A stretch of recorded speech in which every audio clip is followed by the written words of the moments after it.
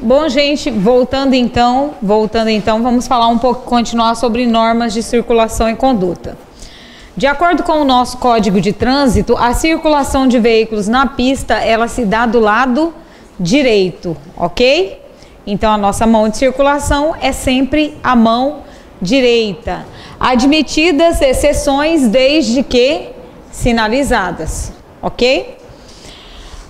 Bom, nós temos que guardar, durante a circulação, os veículos eles devem guardar distância de segurança. E essa distância de segurança é distância de segurança frontal e lateral dos veículos e da linha de bordo da pista. Então, nós temos que guardar sempre a distância de segurança lateral e frontal dos veículos e da linha de bordo da pista, ok? Também devemos considerar a velocidade, as condições de velocidade, local, circulação, veículo e as condições de clima. Essas são aquelas regras que nós aplicamos lá na direção defensiva, né? O que você deve observar para ser um condutor que dirige defensivamente. Está aqui dentro dessa obrigatoriedade de considerar aí, né? De observar a distância lateral e frontal, considerando as condições de local, clima, veículos e circulação, ok? Os veículos de maior porte são responsáveis pela segurança dos veículos de menor porte, ok? E os veículos motorizados pela segurança dos veículos não motorizados. E juntos eles são responsáveis pela incolumidade dos pedestres, ok? Então, de forma decrescente, os veículos de maior porte responsáveis pelos de menor porte, os motorizados pelos não motorizados e juntos pela incolumidade dos pedestres, ok?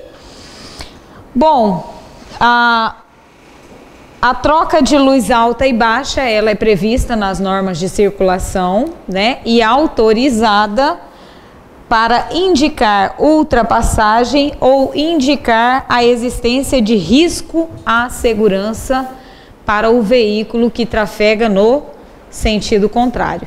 Então, só existem esses dois casos em que é prevista a utilização da luz alta e baixa de forma intercalada, para indicar a intenção de ultrapassar o veículo da frente ou para informar o veículo em sentido contrário da existência de um risco à segurança, ok? Existe infração para isso? Existe, por isso que eu falei, pega o Código de Trânsito e vai pegando lá, cada norma daquela, você vai pegando as informações referentes à sua não observação. Bom, continuando com a iluminação, né? O código fala que a luz baixa deve ser utilizada durante o dia nos túneis iluminados. Então, quando estiver passando por túnel iluminado, se utiliza o farol de luz baixa. E nas rodovias, ok? Então, nas rodovias é obrigatória a utilização do farol de luz baixa também durante o dia. Quem também deve utilizar a luz baixa durante o dia são os veículos de transporte coletivo de passageiro quando eles estiverem trafegando na faixa apropriada para eles, ok? Tem alguns lugares aí, algumas cidades maiores, onde existe a faixa destinada aos veículos de transporte coletivo de passageiro. Então, quando eles estiverem trafegando naquela faixa apropriada para eles durante o dia, ainda que não seja rodovia, ele tem que fazer a utilização dos faróis de luz baixa, ok? A luz baixa, ela deve ser sempre utilizada à noite, tá? Então, durante a noite, deve-se utilizar faróis de luz baixa. Nas vias iluminadas, é obrigatória a utilização dos faróis de luz baixa. Nas vias não iluminadas, você pode utilizar o farol de luz alta se você entender que é necessário, ok? Ao cruzar com outro veículo, você é obrigado a estar utilizando luz baixa. E ao seguir outro veículo, você também é obrigado a utilizar os faróis de luz baixa, ok? Nós vemos isso aí bastante. Isso são infrações bastante frequentes lá na rodovia, né? Essa questão da luz baixa. A luz de posição. O que é a luz de posição?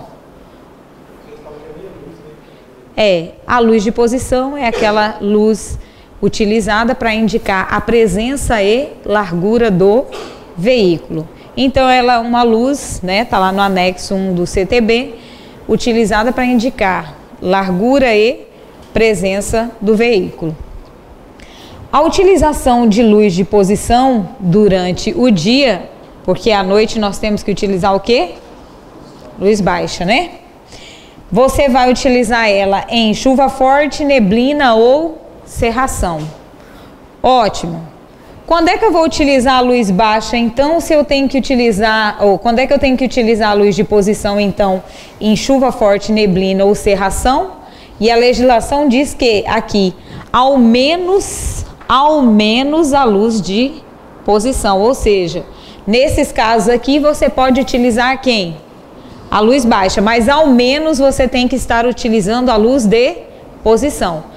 Entretanto, se você estiver em chuva forte, neblina ou cerração em uma rodovia, o que você tem que utilizar?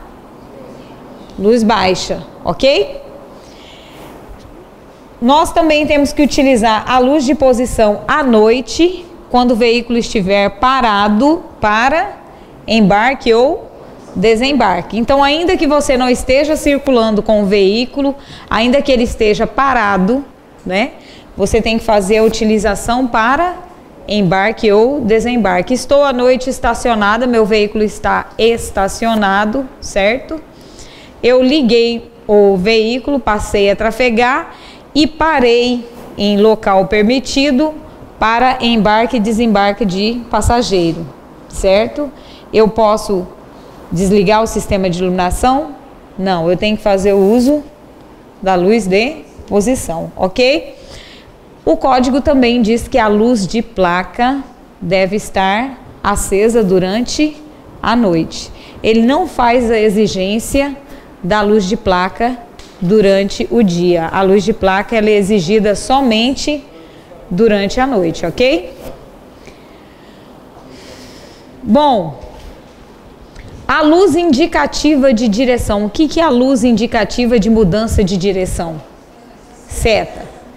Vamos lembrar no dia da prova que seta, que é o que a gente utiliza comumente, é a luz indicadora de mudança de direção. Luz indicadora de mudança de direção.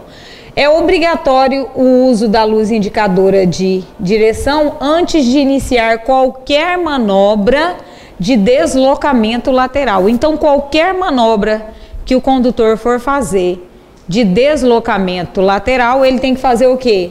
A utilização da luz indicadora de mudança de direção.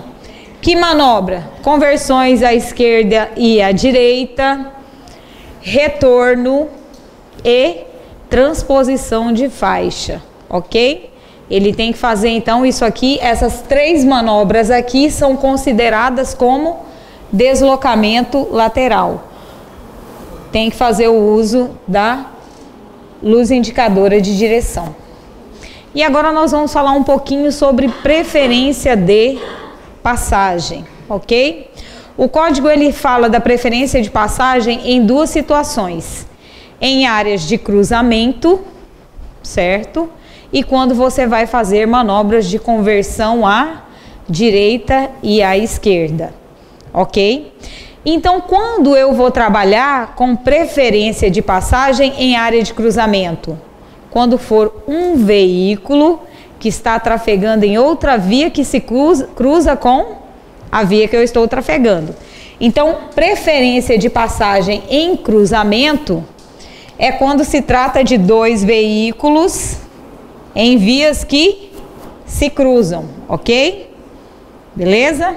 Nesse caso aqui. A legislação diz que sempre que o condutor se aproximar de área de cruzamento, ele deve fazer com prudência e velocidade moderada. Então, se aproximou de área de cruzamento, todo e qualquer condutor deve usar de prudência e velocidade moderada.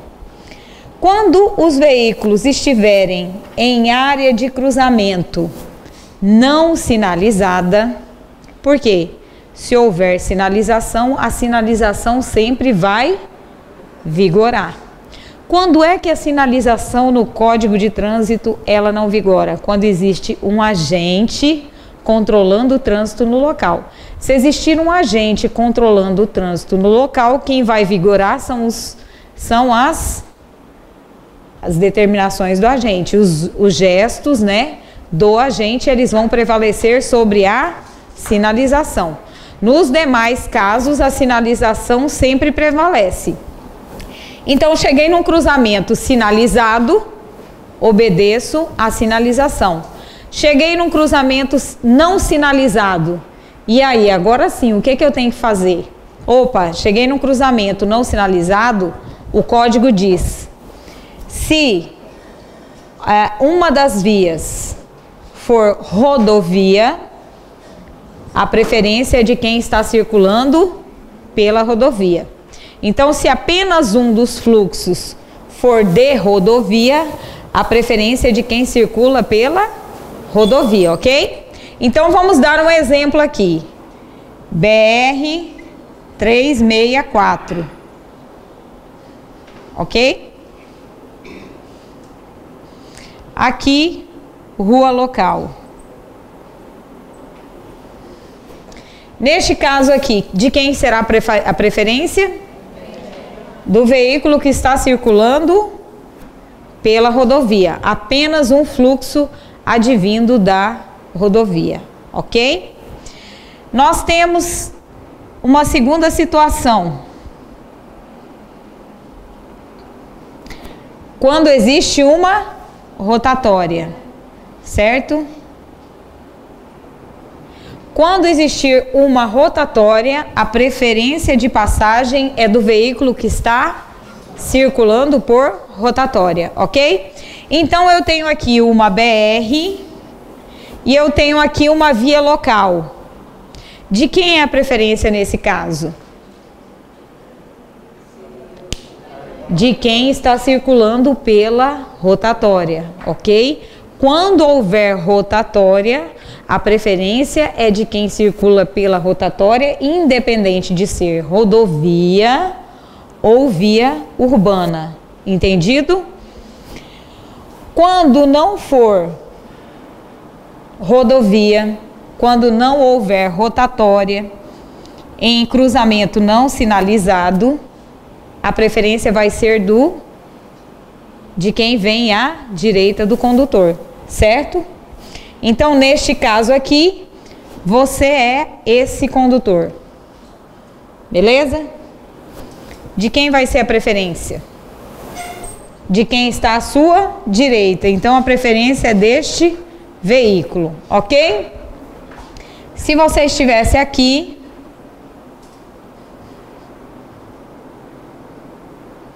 se você fosse este veículo aqui, de quem seria a preferência?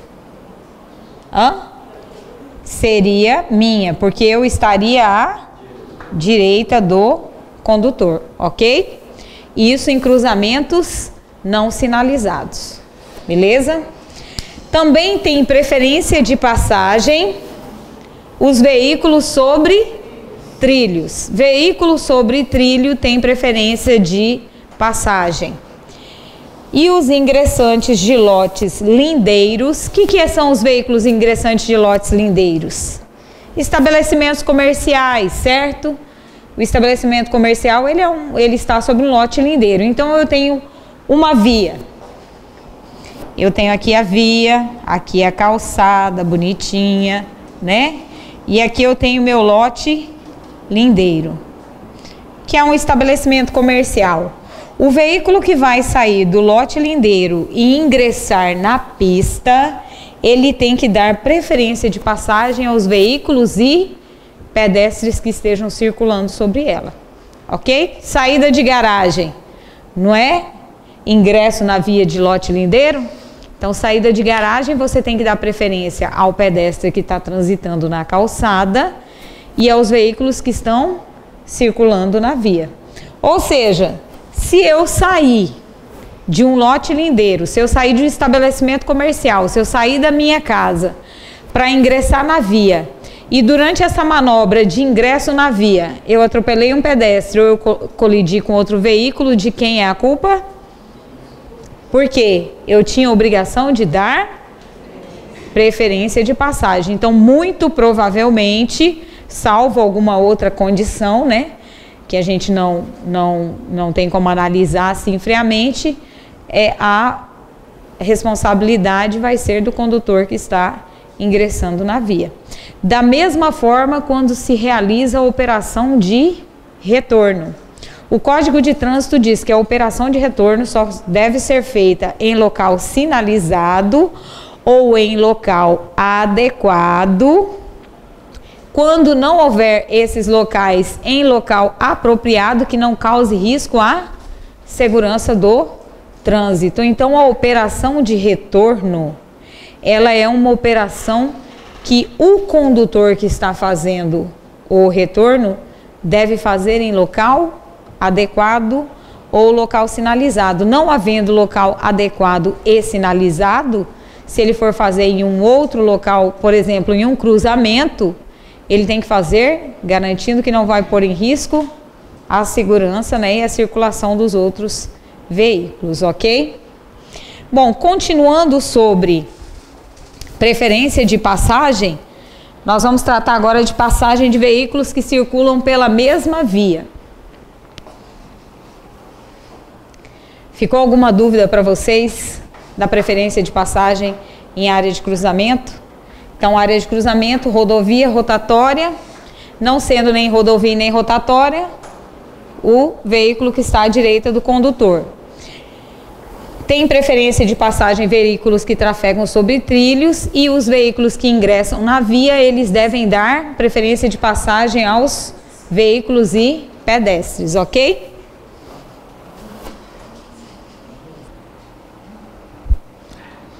Eu vou geralmente,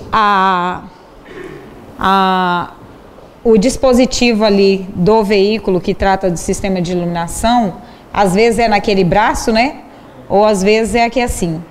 Geralmente ele indica, ele tem um desenho do farol, assim, certo? Ele tem um desenho do farol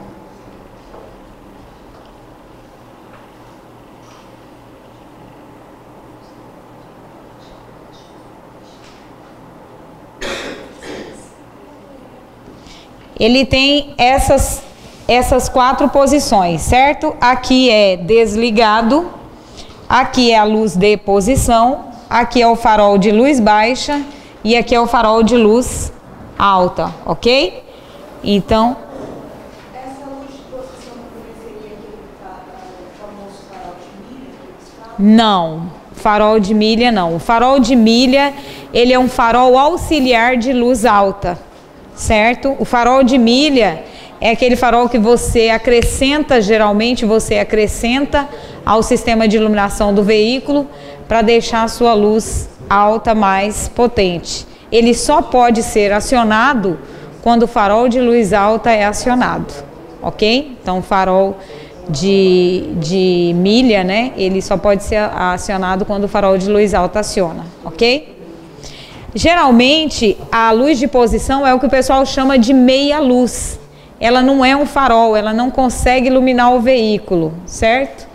Então, mas ela indica ali a presença dele. Quando você liga a luz de posição traseira aciona, tá? Ela já aciona a luz de posição traseira, que não muda de graduação. A luz de posição traseira, ela não muda de posição se você acionar o farol de luz baixa ou luz alta, ela continua igual, tá? Então, a sinalização traseira do veículo, a partir do momento que você ligou a luz de posição, ela já está ligada, ok?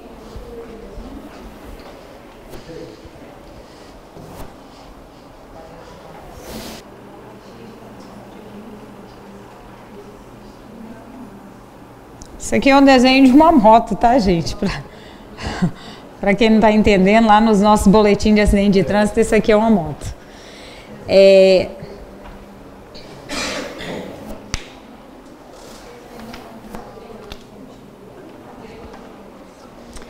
Bom, então quando um veículo que está trafegando na via, observe que aqui nós temos dois veículos trafegando na mesma via em sentidos contrários, certo? Não vai implicar um na preferência de passagem do outro. Quando é que vai haver uma observância da preferência de passagem? Quando algum desses veículos for convergir à esquerda, certo? Quando este veículo aqui for convergir à esquerda, ele vai interferir na marcha deste veículo, ok? Então, sempre que um veículo for convergir à esquerda, a legislação determina. Vou desenhar aqui para vocês. Ótimo. Aqui eu vou deixar assim para vocês saberem que é a linha de centro que divide a pista, ok? Então, a legislação diz o seguinte: sempre que um veículo for convergir à esquerda, ele deve dar preferência de passagem aos pedestres, ok? E bicicletas, tá? E deve dar preferência de passagem ao veículo que está trafegando em sentido contrário. Então, se eu for convergir à esquerda, eu devo me aproximar o máximo possível do eixo da via, ok? Beleza? E respeitar o direito de passagem do veículo que está em sentido contrário, ok? Se aqui existisse uma rotatória, eu teria que aplicar aquela regra lá. O veículo que está circulando pela rotatória, ele tem preferência. Isso aqui nós estamos falando de local não sinalizado lá, né, que é o cruzamento, e aqui nós estamos falando das condições em geral. Nós temos uma via aqui que a preferência de passagem é dela, certo? Aqui tem uma placa de pare. Aqui tem uma placa de pare. Esse veículo que está trafegando aqui, como tem uma placa de pare aqui, ele tem que me dar preferência, certo? Esse veículo que está trafegando aqui, ele tem que me dar preferência porque tem uma placa de pare. Entretanto, se eu for convergir à esquerda, eu tenho que aguardar os veículos que estão em sentido contrário para depois fazer a minha conversão, ok? Sempre aqui, tá ok? Se eu for convergir à direita, o que eu tenho que fazer? Me deslocar para a pista da direita, me aproximar o mais perto da borda da pista e fazer essa manobra com o mínimo deslocamento possível, ok? Quando eu desloco aqui à direita, eu interfiro a marcha desse veículo? Não. Então, nesse caso aqui, eu tenho que fazer o quê? Dar preferência de passagem aos pedestres e ciclistas somente. Quando é que eu vou observar? Quando eu vou interferir na manobra do veículo que vem em sentido contrário. Existe infração para quando o veículo vai convergir à esquerda ou à direita sem se aproximar ou do eixo central da pista ou da borda direita? Sim, existe infração de trânsito. Então, o que acontece? Eu estou nesse veículo aqui, certo? Esse veículo aqui, pela legislação, ele pode fazer duas coisas. Ou seguir reto, não é isso? Ou convergir à direita. Ele não pode convergir à esquerda. Por quê? Porque para convergir à esquerda, ele teria que se aproximar do eixo central da pista, ok? Ou da linha de marcação, né, de divisão de fluxos. Entendido? Ok? Bom, o veículo que estiver trafegando na via, ele só pode trafegar sobre acostamentos, calçadas e passeios, se for para ele adentrar a lotes lindeiros, ok? Então, o veículo, quando ele for adentrar no lote lindeiro, quando você vai adentrar na sua casa, por exemplo, você pode passar com a sua motocicleta ou com seu carro sobre a calçada, sobre o acostamento, ok? Nesse caso você pode circular só para adentrar o imóvel, beleza? E eu tenho que respeitar sempre a preferência de passagem de quem? Do pedestres, né? Dos pedestres e dos ciclistas, ok? Agora nós vamos tratar um pouquinho sobre prioridade de passagem, ok? Nós falamos de preferência, agora nós vamos falar de prioridade. Quando eu aplico a preferência e quando eu aplico a prioridade? A prioridade eu vou aplicar naquele momento em que o veículo não tem a preferência. Então, se um veículo elencado lá no código estiver em situação de emergência devidamente sinalizado, mesmo que a preferência no cruzamento seja minha, a prioridade de passagem vai ser dele, ok? E é dever do condutor respeitar a prioridade de passagem, ok? Então, eu colidi com uma viatura, mas eu estava na rodovia e a viatura do bombeiro estava na via urbana. Se ele respeitou o que a norma diz, se ele estava com giroflex ligado, né, que é o intermitente vermelho, com sinal sonoro, se ele estava devidamente identificado e se ele estava em velocidade moderada, então a prioridade de passagem era dele. Você perde o seu direito de preferência. E o que você tem que fazer? Deslocar-se para a pista da direita, não foi isso que eu falei? Deixar livre a pista da esquerda ou parar se necessário. Então é uma área de cruzamento, eu tenho a preferência de passagem, mas ele tem a prioridade. O que eu tenho que fazer? Parar o veículo se necessário, ok? Mas a prioridade de passagem ela deve ser respeitada.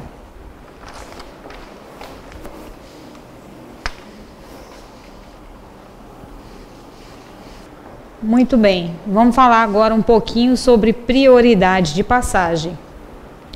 Como é um concurso para a Polícia Rodoviária Federal e ela tem muito a questão do... Se nós formos olhar aqui, dentre essas competências, dentre essas atribuições aqui, nós podemos dizer que a Polícia Rodoviária Federal, além de ser veículo de polícia, ele faz salvamento e também a fiscalização e operação de trânsito. Então, é uma atividade, a atividade do policial rodoviário federal é uma atividade em que a todo o tempo ele está fazendo o quê? Ele está fazendo a utilização da prioridade de passagem. Com certeza, né, vai cair na prova de vocês uma questão que envolva prioridade de passagem, ok? Falando sobre prioridade de passagem, o Código de Trânsito diz que tem prioridade de passagem os veículos precedidos de batedores. Ora, a Polícia Rodoviária Federal não faz a escolta de autoridades? Faz a escolta de autoridades. Como é que nós fazemos a escolta de autoridades? Através de veículos e motocicletas utilizados como batedores. Então, veículos que trafegam com a utilização de batedores, certo? Eles têm preferência de prioridade de passagem. Além dos veículos precedidos de batedores, também tem prioridade de passagem aqueles veículos em situação de urgência, ok? Então ele tem que estar na situação de urgência, certo? Identificado através de alarme sonoro ou dispositivo luminoso intermitente de cor vermelha, tá ok? Então, dispositivo intermitente de cor vermelha e também alarme sonoro. Ele tem que estar com esses dois dispositivos acionados e tem que estar em situação de urgência para gozar do quê? Da prioridade de passagem. Então, uma viatura de polícia trafegando normalmente, apenas com o dispositivo intermitente, luminoso, ligado, ela tem prioridade de passagem? Não. Para ela ter a prioridade de passagem, ela precisa estar também com o dispositivo sonoro acionado, ok? Uma viatura de polícia que está com o sinal intermitente ligado, apenas o luminoso intermitente ligado, provavelmente está num serviço ali de ronda, né? Ela está querendo demonstrar a presença do policiamento ostensivo ali no local, mas ela não está gozando da prioridade de passagem, ok? Para ela gozar tem que estar os dois dispositivos acionados. Quem goza de prioridade de passagem, sim, em serviço de urgência, né, com os dispositivos sonoro e luminosos ligados. Aí o código vem e diz: veículos de socorro de incêndio, quais são? Aqueles caminhões do bombeiro, né? Salvamento e ambulância, os veículos de salvamento e as ambulâncias, os veículos de polícia e os veículos de fiscalização e operação de trânsito. Então vamos dar um exemplo aí, o Demutran aqui de Paraná, que se chama AMT, né? Autarquia Municipal de Trânsito. Eles trabalham com fiscalização e operação de trânsito? Sim. Deu um problema lá no semáforo da Avenida Marechal Rondon. Existe o risco de um acidente lá? Existe. É um serviço de urgência? É um serviço de urgência. Ele precisa se deslocar rapidamente para lá. O que ele tem que fazer? Acionar sirene e luz intermitente vermelha. A partir do momento que ele faz isso, ele passa a ter o quê? Prioridade de passagem, ok? Então, os veículos que trabalham com fiscalização e operação de trânsito, eles também gozam da prioridade de passagem. E como eles devem gozar dessa prioridade de passagem, né? Com velocidade moderada e os devidos cuidados, ok? Então, com velocidade moderada e devidos cuidados. Esses veículos, eles também gozam de livre circulação, parada e estacionamento. Bom, o nosso ordenamento jurídico, ele diz que quem pode o mais, pode o menos, certo? Então, sempre que um veículo puder gozar de estacionamento, ele também pode gozar de parada. Porque o que é o estacionamento? É uma parada longa, não é isso? Não é verdade? Então, sempre que o veículo gozar do direito de estacionar, ele também goza do direito de parar. Lembrar disso daí na prova, ok? Porque se eu posso estacionar, e estacionar significa ficar 2, 3, 4 horas se necessário, por que eu não vou poder parar? Que a parada é só para o quê? Embarque e desembarque de passageiro. Então, vamos dar um exemplo claro. Você está numa viatura, certo? De polícia. Estacionou sobre a calçada para fazer o quê? Um atendimento de urgência. Ok? Adianta o usuário tirar foto e mandar para algum lugar? Não. Lembrando que estes veículos aqui também são considerados o quê? Veículos de utilidade pública. E os veículos de utilidade pública, em geral, eles gozam de livre circulação, parada e estacionamento. Quando? Quando no local da prestação do serviço, desde que devidamente sinalizado e identificado, ok? Então, eu tenho um veículo, como é que o CONTRAN determina que seja a identificação de veículos? Na porta, não é isso? A identificação tem que estar na porta. Então, você vai pegar um veículo do DR, na porta do veículo vai estar lá. DR, né? Departamento de Estradas e Rodagens de Rondônia. Ali você sabe que é o quê? Que é uma viatura do DR, ok? A AMT, você vai olhar lá na placa dos veículos da AMT, vai estar escrito lá, a Autarquia Municipal de Trânsito, ok? Então, eles têm que estar devidamente identificados. Na porta do veículo da viatura da PRF, o que vai ter lá? Se for uma viatura ostensiva, que é aquela que já é identificada, certo? Ela vai estar toda identificada, visualmente você já vai verificar que é. Mas nós temos os nossos veículos administrativos, que são aquelas viaturas todas azuis, que não são utilizadas para o policiamento ostensivo. Mas se você olhar na porta dela, vai ter o quê? A identificação. Ministério da Justiça, Departamento de Polícia Rodoviária Federal. Professora, nesse caso aí, eles têm um livre acesso para poder resolver, um exemplo, a PM, ela pode parar e resolver o que tem que resolver, que no caso, se for até um lugar proibido mesmo, mas ela pode estacionar. Sim, sim. Até mesmo se for para resolver algo pessoal deles, mas porém eles estão de plantão, pode deixar. Não, é para prestação de serviço. Então, exemplo, a Polícia Militar, ela vai lá fazer uma fiscalização de um outro veículo. Para isso, ela precisou parar sobre a faixa de pedestre. Tem infração para ela? Não. Por quê? Porque ela está no local de prestação do serviço, devidamente sinalizada e identificada, ok? Nesse caso, ela pode parar em cima da faixa de pedestre, ela pode parar sobre o canteiro central, ela pode parar sobre a calçada, sobre o acostamento. Por quê? Porque ela goza de livre circulação e conduta.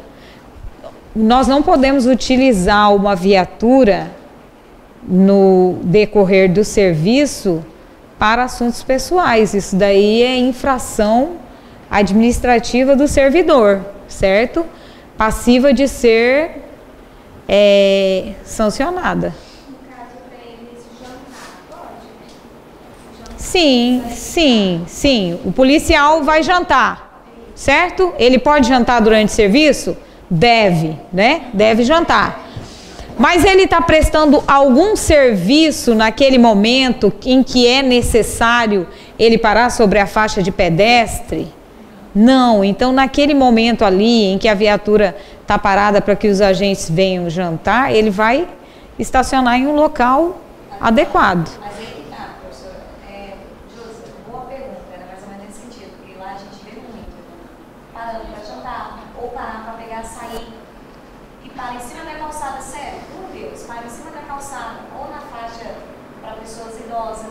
E tipo assim, a gente lá também vê muito, professora, às vezes durante o dia, entra na Caixa Econômica, a gente vê, sabe que não é para prestar serviço para a população, mas a viatura está estacionada em lugar erradíssimo.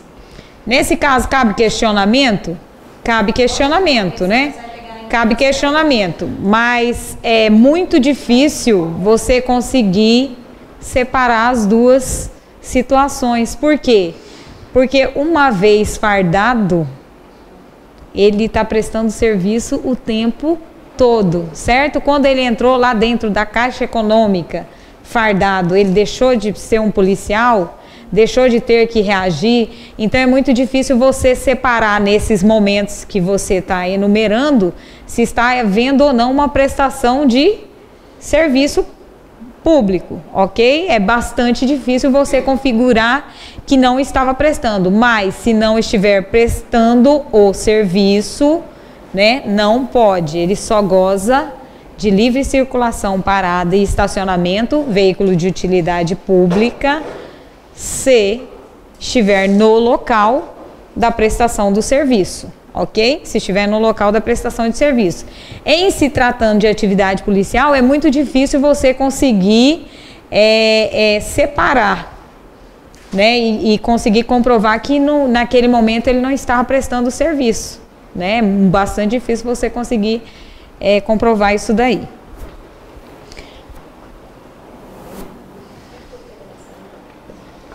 Posso apagar, né?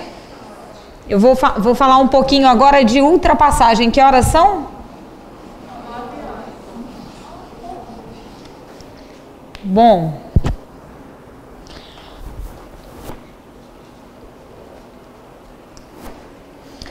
vamos retornar então e falar um pouquinho de ultrapassagem, né? Eu falei para vocês que a banca CESP ela é uma banca bastante responsável e ela costuma cobrar nas suas questões aquilo que tem aplicação prática, né? Pelo menos é o que eu tenho visto. Então ela se preocupa bastante com a questão, a pergunta que eu vou fazer para o candidato tem aplicação prática na atividade policial? Se tiver, com certeza ela vai fazer. Nós sabemos que hoje as ultrapassagens elas são responsáveis pela maior causa de morte em acidente de trânsito no Brasil. Eu passei para vocês as 5 principais infrações, né, que implicam em mortes no trânsito. Uso de álcool na direção, uso de álcool ou substâncias psicoativas, ultrapassagens, né?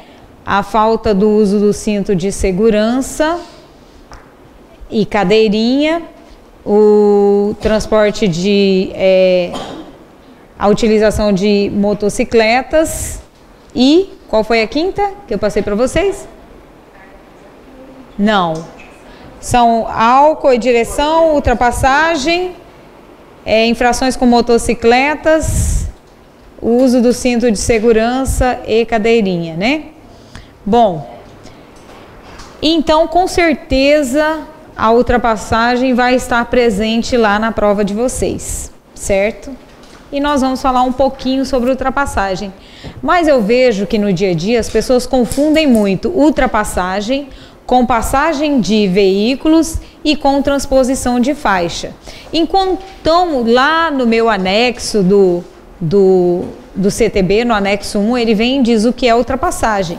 E ele fala que ultrapassagem é quando você, né, está trafegando no mesmo sentido de um outro veículo, certo?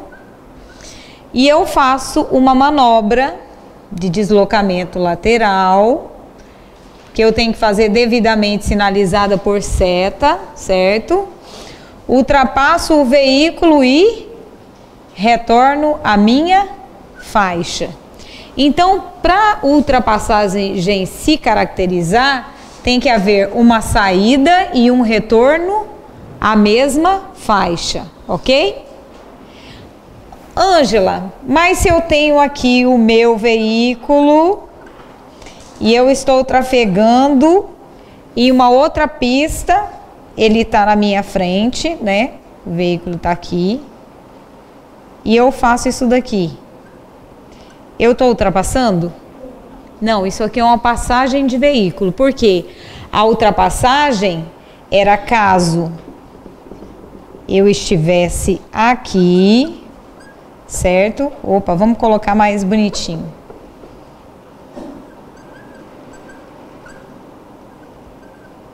Nesse caso aqui, olha, eu tenho uma pista nesse sentido, uma pista nesse sentido e uma pista nesse sentido. Isso aqui é acostamento, ok? Beleza? Eu tô nesse veículo aqui. Se eu mudei de direção e segui, eu realizei ultrapassagem? Não. Para eu realizar a ultrapassagem, eu teria que ter voltado. Quando eu troco de faixa e sigo, eu estou fazendo o quê? Uma transposição de faixa.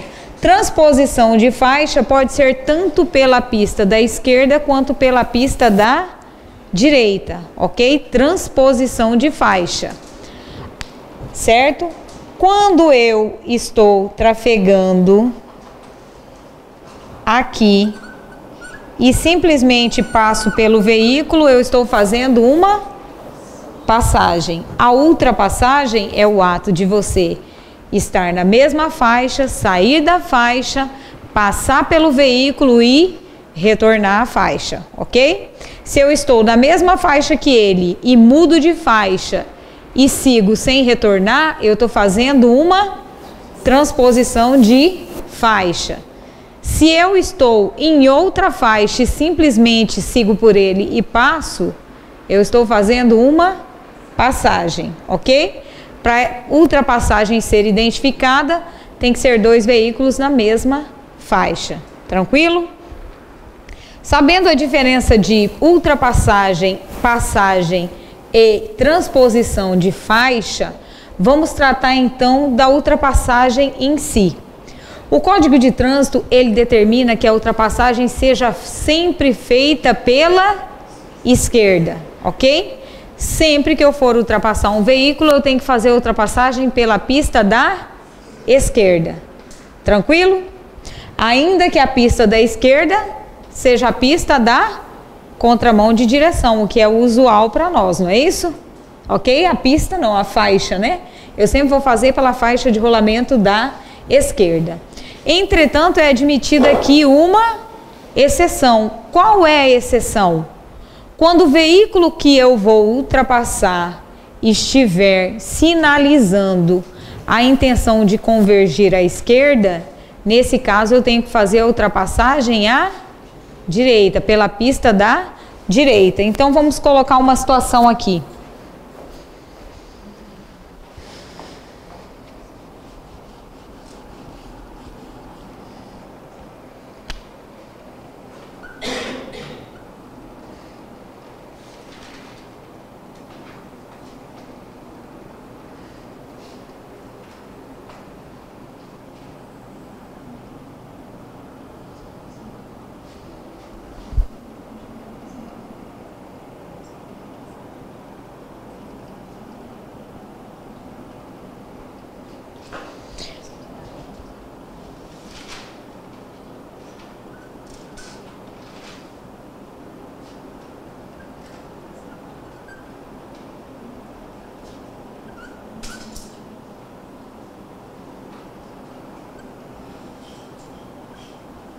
Bom, então eu estou trafegando, certo?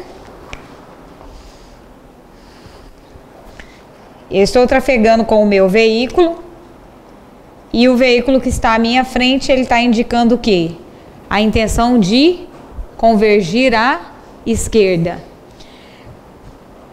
Se inicialmente eu tinha que fazer a ultrapassagem por essa pista, uma vez que aqui está autorizando a ultrapassagem, como ele vai convergir à esquerda, eu tenho que fazer a ultrapassagem pela direita. Por quê? Porque se eu fizesse a ultrapassagem pela esquerda, nós iríamos colidir, ok? Então, para evitar essa colisão, neste caso, eu posso fazer a ultrapassagem pela direita, ok? Então, as ultrapassagens, elas são sempre feitas pela esquerda.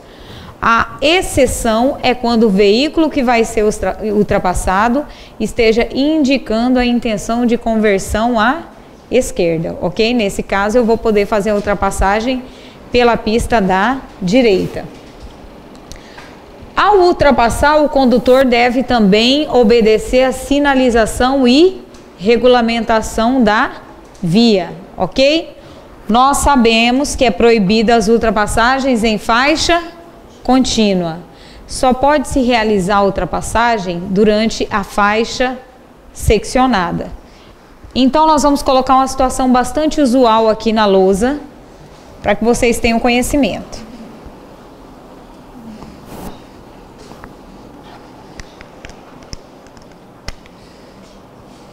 Eu vou desenhar uma via aqui sem acostamento para vocês, tá?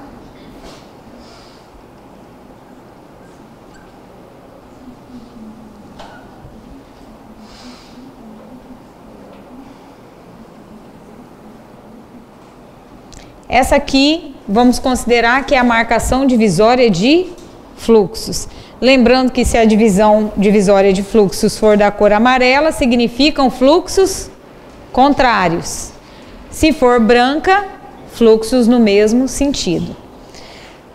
Bom, se eu não posso realizar a ultrapassagem enquanto a faixa estiver contínua, isso significa que para eu realizar a manobra de ultrapassagem deste veículo aqui, eu tenho que iniciar e completar dentro da faixa pontilhada, ok?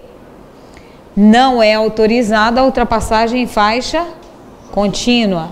E aí nós vamos ver lá na frente que o legislador, ele determinou que você faça o quê?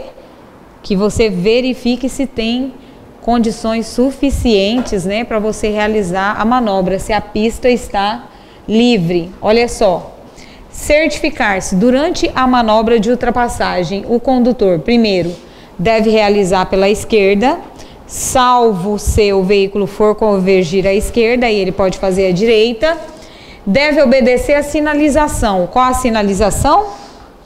Marcação viária ou a regulamentação. O que poderia ser uma regulamentação?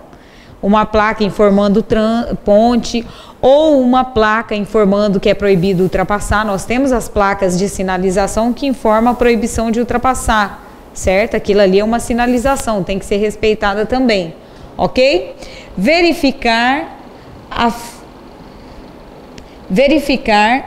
se o veículo que vem atrás não iniciou manobra de ultrapassagem sobre o seu. Então você tem que verificar o quê? Se o seu veículo não está sendo ultrapassado. Então, para mim ultrapassar o veículo da frente, para eu ultrapassar o veículo da frente, o de trás não pode ter iniciado ultrapassagem sobre mim. E também o veículo à frente não pode ter iniciado ultrapassagem sobre outro veículo, ok? Então, eu só posso iniciar a minha manobra de ultrapassagem se eu não estiver sendo ultrapassado e se o veículo da frente não estiver ultrapassando ninguém. Aquelas ultrapassagens simultâneas de vários veículos, então, elas são permitidas ou proibidas? Proibidas, certo? Por quê? Porque o veículo à sua frente está ultrapassando outro veículo, então você não pode realizar a ultrapassagem, ok? E também devo me certificar de quê? De que a faixa de trânsito está livre até o fim da minha manobra. Me certificar de que a faixa está livre de forma que eu não vou causar risco ou prejuízo aos veículos em sentido contrário e nem colocar para eles um obstáculo. Então, o que essa faixa contínua ela nos informa? Essa faixa contínua nos informa que se um veículo estiver trafegando no sentido contrário, eu não tenho tempo de terminar a minha manobra. E aí eu estou fazendo o quê? Colocando em risco a segurança, ou posso me apresentar como um obstáculo para esse veículo, que seria o que a gente chamaria de ultrapassagem forçada. Esse veículo teria que ou reduzir e parar na pista, ou ir para a área de acostamento, certo? Então, eu tenho que me certificar de que a faixa de trânsito que eu vou ocupar está livre, né? E é permitido durante todo o percurso que eu vou precisar para realizar a minha manobra, certo? Então, eu estou realizando a minha ultrapassagem, eu só posso fazer ela onde? Onde é permitido. Então, eu devo iniciar e terminar a minha ultrapassagem dentro da sinalização permitida.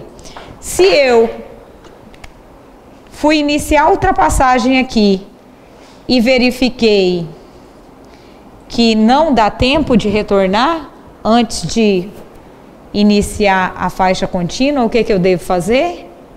Retornar e aguardar o momento oportuno, ok? Então, eu devo iniciar e terminar a minha ultrapassagem aqui, beleza? Devo indicar com antecedência o propósito de realizar a manobra, e aí nós vimos o quê? Que deve ser indicado com sinalização de mudança de direção ou gesto de braço, né? Ou gesto de braço. Devo retornar a minha faixa no fim da manobra. Então, ao fim da manobra, eu devo sinalizar e retornar a minha faixa de origem. Quando for ultrapassar veículo de transporte coletivo de passageiros, certo? Parado para embarque ou desembarque, eu devo fazer a ultrapassagem com velocidade reduzida ou parar se necessário. O que é isso daqui? Ônibus escolar, geralmente, ou transporte coletivo de passageiro, que para desembarcar o passageiro. E o que o passageiro faz? Atravessa pela frente do ônibus. E aí, como o ônibus é grande, quando você vê o pedestre, já não há mais tempo de o quê? Reduzir a velocidade. Então, ali nós vamos ter provavelmente um atropelamento. Então, a manobra de ultrapassagem de veículo de transporte coletivo de passageiro, quando parado, deve ser feita com velocidade reduzida e o condutor deve parar se necessário, ok? O veículo que vai ser ultrapassado, ele também tem algumas recomendações, certo? A primeira recomendação do veículo a ser ultrapassado é que, se ele estiver transitando pela pista da esquerda, ele deve fazer o quê? Se deslocar para a pista da direita, ok? Se ele estiver nas demais faixas, deve se manter naquela faixa. Então, nós temos aqui essa rodovia. É uma pista com uma única faixa de rolamento, não é isso? Eu sou o veículo que vai ser ultrapassado. Tem alguma outra pista para eu me deslocar à direita? Não. O que eu vou fazer? O código diz que eu devo me manter sem acelerar. Então, o que eu faço? Eu me mantenho na pista e continuo na marcha, ok? O condutor que vai ser ultrapassado, ele deve se manter na pista e não acelerar o veículo, ok? Enquanto o outro realiza a ultrapassagem. Eu fiz um lembrete aqui para vocês que as normas de circulação também dizem o seguinte: quando nós temos uma via cuja pista tem várias faixas de rolamento, a faixa da esquerda, ela é destinada ao quê? A ultrapassagens e veículos mais rápidos, ok? E as demais faixas, né, as faixas à direita, elas são destinadas aos veículos de maior porte quando eles não tiverem faixa apropriada, e aos veículos mais lentos. Era aquilo que o colega ali estava reclamando no início da aula, né? Que o pessoal mais lento se mantém na pista da esquerda. Nós temos um problema viário aqui em Ji-Paraná, que as áreas de estacionamento do município, como por exemplo a Avenida Marechal Rondon e Avenida Brasil, as áreas de estacionamento são à esquerda. Isso faz com que os veículos que estão mais lentos procurando estacionamento fiquem onde? Na pista da esquerda. E aí acaba esse costume de o pessoal usar a pista da direita para se deslocar com mais velocidade, exatamente em razão dessa inversão, né, da área de estacionamento. Pode ser assim?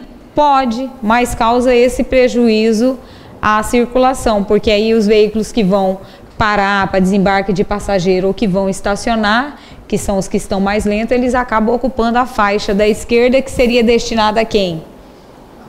Aos veículos que estão querendo fazer ultrapassagem e aos veículos mais rápidos, ok? Bom, falando sobre ultrapassagens, é importante também dizer quando as ultrapassagens são proibidas. As normas de circulação, elas dizem que nas vias de duplo sentido e faixa única, o que é uma via de duplo sentido e faixa única? É essa via aqui, certo? Eu tenho uma via de duplo sentido, mão e contramão, cada uma com uma única faixa de circulação. Neste tipo de via aqui, é proibida a ultrapassagem em curvas, em aclives e em declives, sem visibilidade.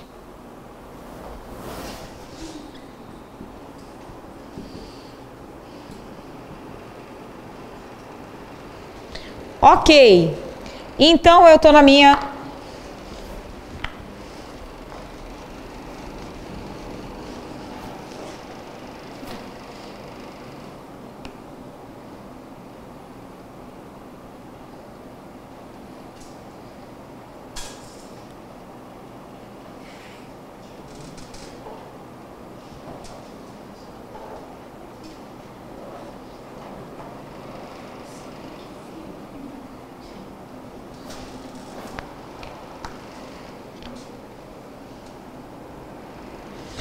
Ótimo, então eu estou nessa via aqui, certo? É uma via sem sinalização nenhuma, de duplo sentido.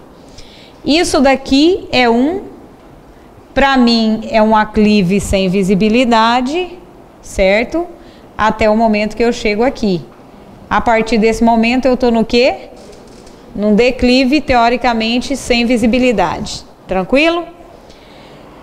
Quando eu estiver trafegando numa pista com aclive, declive ou curva sem visibilidade, independente da sinalização existir, eu não posso realizar a ultrapassagem, ok? E aclive, declive ou curva sem visibilidade, ele é de senso comum. Todo mundo sabe identificar se tem ou não a visibilidade. Então, nestes casos aqui, eu preciso de marcação viária contínua, proibindo a minha ultrapassagem? Não. Então, embora a minha pista seja sem nenhuma marcação, eu vou estar cometendo a infração, se a ultrapassagem estiver sendo realizada em aclive ou declive. Por quê? Meu raio de visão segue, não é isso? O vetor visão do condutor segue. Ele consegue verificar, ver esse veículo que está se aproximando aqui? Não. Se ele iniciar a ultrapassagem, o que vai acontecer? Uma colisão. Por isso, independe de haver ou não sinalização. Tranquilo? Ótimo, estou numa estrada. Estrada vai ter marcação viária? Não. Estou lá na estrada, numa curva sem visibilidade, no aclive ou no declive. Vou cometer infração? Vou, porque não pode haver ultrapassagem, ok? Bom, passagens de nível. Também não pode se realizar ultrapassagem sobre passagem de nível. O que é passagem de nível? Por onde passa linha de trem, ok? Então, por onde passa a linha de trem, também não pode haver ultrapassagem. Onde eu também não posso ultrapassar? Em ponte, ok? Então, sobre pontes é proibida a ultrapassagem.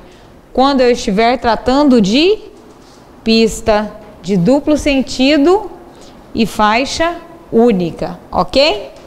Não posso realizar ultrapassagens em viadutos e também não posso realizar ultrapassagem em travessia de pedestre. O que é uma travessia de pedestre? Em local com travessia de pedestre?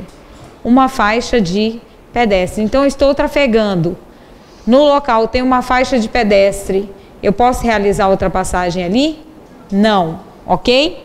Só que nestes casos aqui, embora eu entenda que mesmo que a via tenha mais de uma faixa, pela segurança do trânsito é proibido a ultrapassagem, não foi isso que o legislador falou. O legislador falou que nesses casos aqui é proibida a ultrapassagem quando pista de duplo sentido com única faixa de circulação, ok? Entretanto, em intersecções é proibida a ultrapassagem. E aí, nas intersecções, o legislador não vem fazendo essa restrição de que seja pista de duplo sentido com única faixa de rolamento. Então, se eu tenho esta pista aqui, certo? Essa pista aqui eu tenho quantas faixas de rolamento? 2, né? E aqui eu tenho uma interseção, certo? Eu posso realizar a ultrapassagem deste veículo aqui? Não, porque em área de intersecção ou sua proximidade é proibida a realização de ultrapassagem. E aí nós temos lá as infrações de ultrapassagem. O que é importante no momento que nós vamos estudar as infrações? É importante eu decorar o tipo. Olha, infrações de ultrapassagem, em geral, são gravíssimas vezes 5. Então, eu decoro a regra. Qual é a regra da da infração para ultrapassagem? Gravíssima vezes 5. Aí eu vou em busca do quê? Das exceções. Quando é que a infração não é gravíssima vezes 5? Infrações com motocicleta, geralmente são o quê? Gravíssimas. Então vou decorar a regra. Infrações com motocicleta, em geral, são gravíssimas. Depois eu vou em busca do quê? Da exceção. Por quê? Porque se eu decorar a regra, se eu aprender a regra é para 90%. Na hora da prova, opa, caiu uma questão lá. Qual é a infração para quem realiza a ultrapassagem pela direita? Opa, ultrapassagem gravíssima vezes 5. É exceção?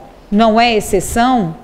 Aí eu tenho uma chance maior de acertar a questão quando eu aprendo a regra, certo? Infrações que envolvem equipamentos obrigatórios. Qual é a regra? Grave com retenção do veículo para regularização, certo? Então a regra é grave com retenção do veículo para regularização. Equipamento ou acessório proibido, sem equipamento, estando ele ineficiente, essa é a regra. Então, se eu aprendo a regra, na hora da prova vai ficar muito mais fácil eu fazer o quê? O acerto. E se vocês observarem o código, eles se dividem, né? As infrações, elas se dividem em infrações de ultrapassagem, infrações de parada, infrações com motocicleta, infrações com equipamento obrigatório, infrações do condutor, né? Não é isso? Então eu vou decorar. Infrações que envolvem habilitação. Qual que é a regra? Sem habilitação, né? Gravíssima. Gravíssima vezes 3 é a regra das infrações com a habilitação.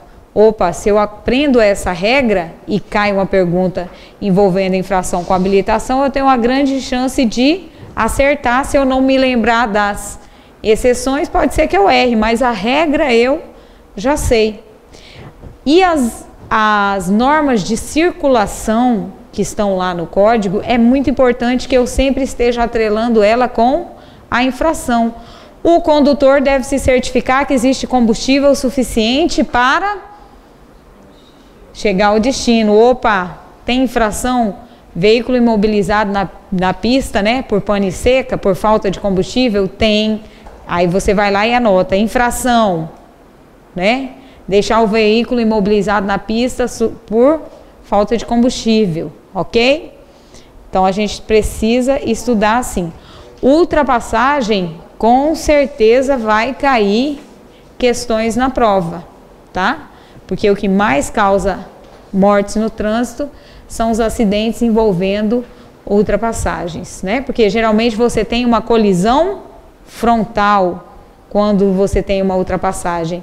E as colisões frontais, eu não sei se vocês já viram em física, mas há o quê? Uma soma da energia cinética liberada, há uma soma das quantidades de movimento envolvida.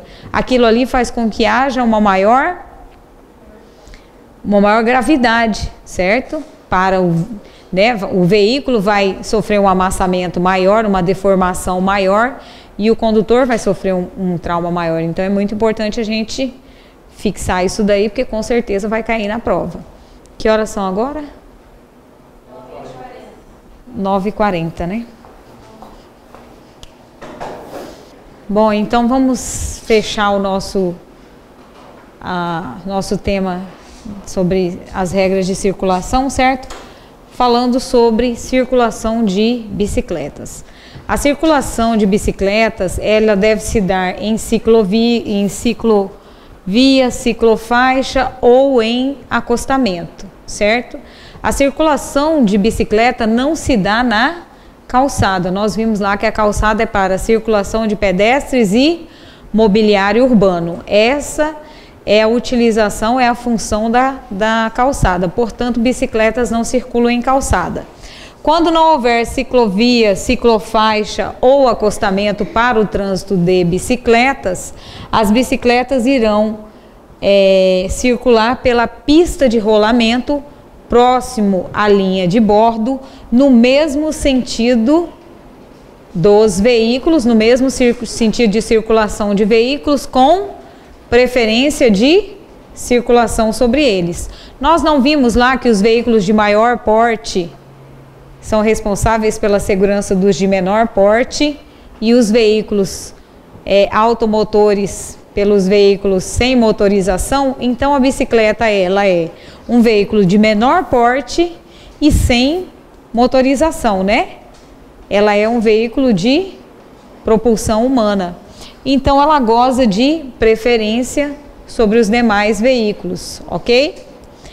Quando houver ciclofaixa para bicicletas, o órgão com circunscrição sobre a via pode determinar o trânsito de bicicletas em sentido contrário, ok? Mas aí ele vai fazer o quê? Ele vai fazer a sinalização e vai autorizar que seja daquela forma. Nos acostamentos, a bicicleta tem que trafegar no mesmo sentido dos veículos. Comumente a gente vê o quê? Bicicletas trafegando em sentido contrário, ok? Os veículos de tração animal.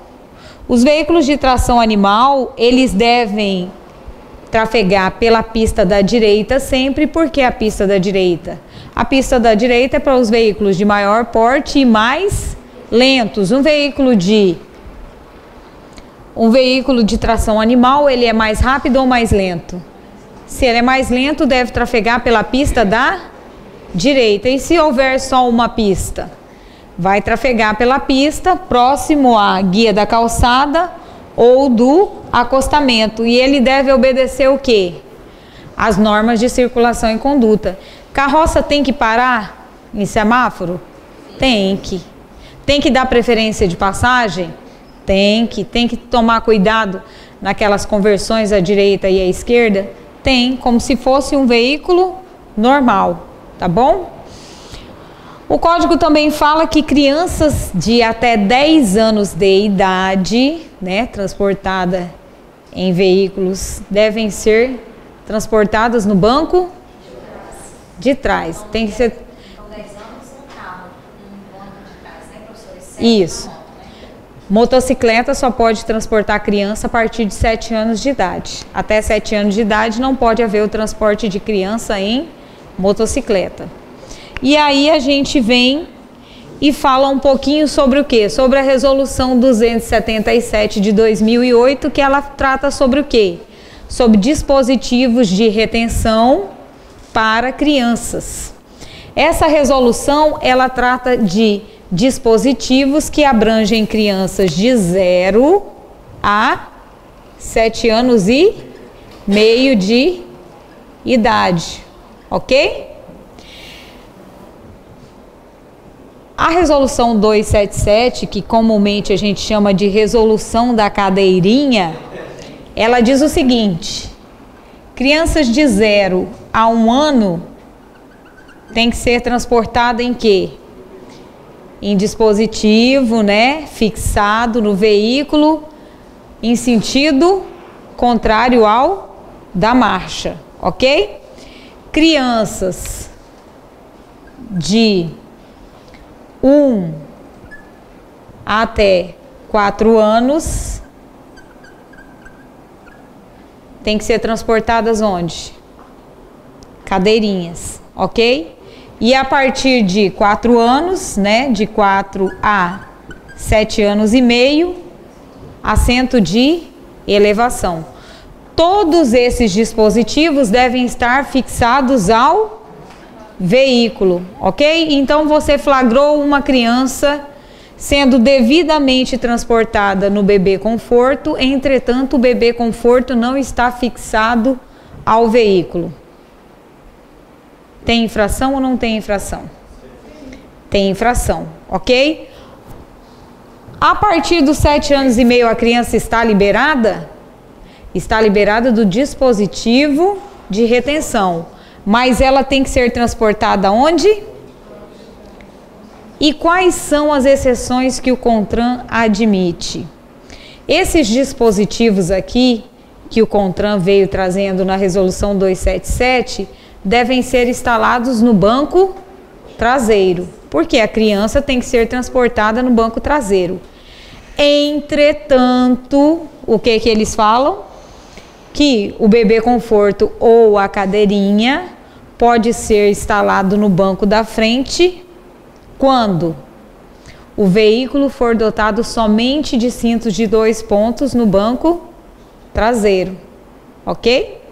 Então, por quê? Porque esses dispositivos, a cadeirinha e o bebê conforto, eles ficam mais seguramente instalados quando instalados em veículos com cinto de 3 pontos. Para quem está me olhando com essa cara estranha, eu tenho banco aqui, certo? Ótimo, isso aqui é o banco do veículo. O cinto de 3 pontos é esse aqui, certo? Ok? Esse é o cinto de 3 pontos. No banco de trás, os veículos mais antigos, geralmente eles tinham o quê? Somente os cintos de 2 pontos, somente aquele cinto que nós chamamos de subabdominal. O cinto de 3 pontos é aquele que passa no peito, ok? Então, quando o veículo no banco traseiro for dotado somente de cinto de 2 pontos, eu posso instalar o bebê conforto, a cadeirinha, no banco frontal. Quando eu posso instalar o bebê conforto e a cadeirinha também no banco frontal? Quando tiver mais de 3 crianças, quando eu tiver que instalar mais de 3 dispositivos. Então, opa, eu tenho 4 filhos nessa idade aqui. Aí eu posso fazer a utilização do banco frontal para fazer o transporte. Quando mais eu posso fazer o transporte da criança no banco frontal? Quando o veículo for desprovido de banco traseiro. Então, vamos colocar como exemplo aqui as picapes, que não tem cabine estendida, só tem o condutor e passageiro. Eu posso transportar a criança de 0 a 10 anos lá? Sim. Por quê? Porque o veículo é desprovido de banco traseiro. Nesse caso, eu posso fazer o transporte da criança ali. Um outro detalhe, o assento de elevação, que é para crianças entre 4 e 7 anos e meio, certo? O assento de elevação, qual que é a função dele? Evitar que a criança seja enforcada ou estrangulada pelo cinto de segurança, porque geralmente eles são mais baixos. Então eu coloco o assento de elevação e o cinto vai se adequar, né, à estrutura física da criança. Se o veículo for dotado no banco traseiro de cinto subabdominal, somente de 2 pontos, eu posso dispensar o uso do assento de elevação, ok? Por quê? Tem como esse cinto aqui ficar estrangulando a criança ou enforcando? Não. Então, nesse caso aqui, o dispositivo de retenção se tornou desnecessário. O dispositivo assento de elevação se tornou desnecessário. Então, eu posso fazer o quê? Deixar de aplicar a sua obrigatoriedade, ok? Tá, mas eu tenho uma criança que está com 8 anos, o meu veículo no banco de trás só tem assentos, né, com cinto subabdominal. Posso levar essa criança no banco da frente? Posso. Eu posso fazer porque o cinto de 3 pontos ele é mais seguro, ok? Então essas são as exceções que a resolução 277 autoriza para o transporte de criança.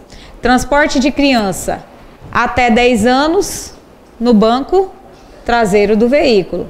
Só vai no banco dianteiro se não tiver banco traseiro a priori.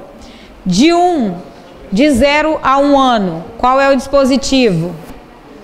É o bebê conforto, é o dispositivo que tem que ser instalado em sentido contrário ao da marcha. Então, bebê conforto, sentido contrário. De 1 a 4 anos, cadeirinha, né? E a partir de 4 anos, o assento de elevação, de 4 anos a 7 anos e meio. Detalhe, é até 7 anos e meio, ok? Não é até 7 anos como comumente as pessoas falam por aí. Então, atentem para esse detalhe aí, para não errar no momento da prova. E para situações em que a criança pode ser transportada no banco da frente. Se os de trás só for subabdominal e o da frente for 3 pontos, eu posso utilizar. Se eu tiver várias crianças, aí eu vou transportar no banco da frente qual? A de maior estatura, ok? Vou transportar a maior. Gente, a legislação que trata dos dispositivos de retenção para crianças de 0 a 7 anos e meio, ela não se aplica para os veículos de transporte coletivo de passageiro, tá ok? E não se aplica para os táxis, beleza?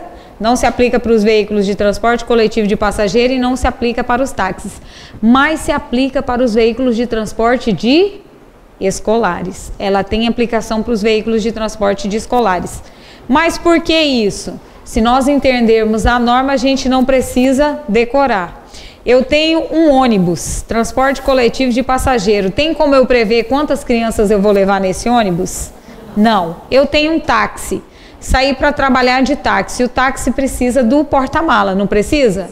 Precisa. Tem como eu ficar levando num táxi 4 cadeirinhas? Não, porque aí não vai sobrar espaço para bagagem do meu passageiro. E a resolução 26 do CONTRAN que vai cair para vocês, ela diz o seguinte: nos veículos para transporte de passageiro, a carga deve ser transportada no porta-malas, tá? Ele é o local adequado para o transporte de cargas nos veículos de transporte passageiro. Então, eu tenho um automóvel. Eu posso levar a mala ali no banco traseiro? Não. Tem infração para isso? Tem. Transportar a carga em desacordo com o artigo, esqueci agora, mas tem infração, tá bom? A carga nos veículos de transporte de passageiro e automóveis deve ser transportada no compartimento de carga, que é o porta-malas, ok? Beleza? Cinto de segurança. O cinto de segurança é obrigatório para passageiros e condutor em todo o território nacional. É isso que diz. Opa, em todo o território nacional. Isso quer dizer que na via urbana é obrigatório? Sim. Na via rural é obrigatório? Sim. Independente do local onde o veículo esteja trafegando, certo? Se for uma via aberta à circulação, a legislação se aplica. E se se aplica, é obrigatório o uso do cinto de segurança, tanto para quem está na frente, quanto para quem está atrás, ok? Competições desportivas. Competições desportivas podem ser permitidas pelo órgão com circunscrição sobre a via, né? Tem que haver uma permissão prévia do órgão com circunscrição sobre a via. É exigida uma caução para pagamento de possíveis danos. Por quê? Porque essas competições são perigosas? São. Pode haver acidente? Pode. Então precisa de prévia autorização, necessita de caução, necessita de seguro contra terceiros. Os veículos ali envolvidos nas competições, eles têm que ter seguro contra terceiros, tá? E tem que haver um recolhimento prévio das custas, dos custos, né? Que vai gerar para a autoridade com circunscrição sobre a via fazer o quê? Fazer a sinalização e fazer a operação para que essa competição desportiva seja autorizada, ok? Então essas são as exigências aí para as competições desportivas na via. Podem ser autorizadas? Podem, pelo órgão com circunscrição, mas tem algumas exigências, ok? Até a próxima aula então, que será sexta-feira.